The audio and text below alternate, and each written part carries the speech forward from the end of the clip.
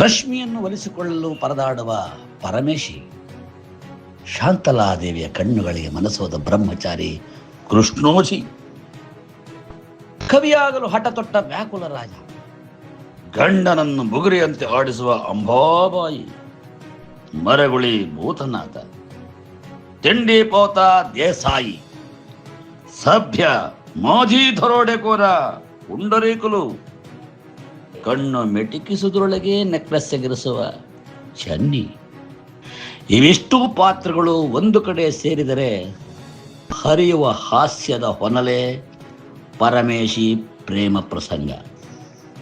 ಬನ್ನಿ, ಇದೇ ಮಾರ್ಚ್ 15 ಸಂಜೆ 6:30 ಕಲಾಮಂದಿರದ ಆವರಣದಲ್ಲಿರುವ ಕಿರು ರಂಗಮಂದಿರದಲ್ಲಿ ನಿಮ್ಮನ್ನು ರಂಸಕ್ಕೆ ರಂಗವಲ್ಲಿ ತಂಡ ಅಂತೂ ಸಜ್ಜಾಗಿ ನಿಂತಿದೆ.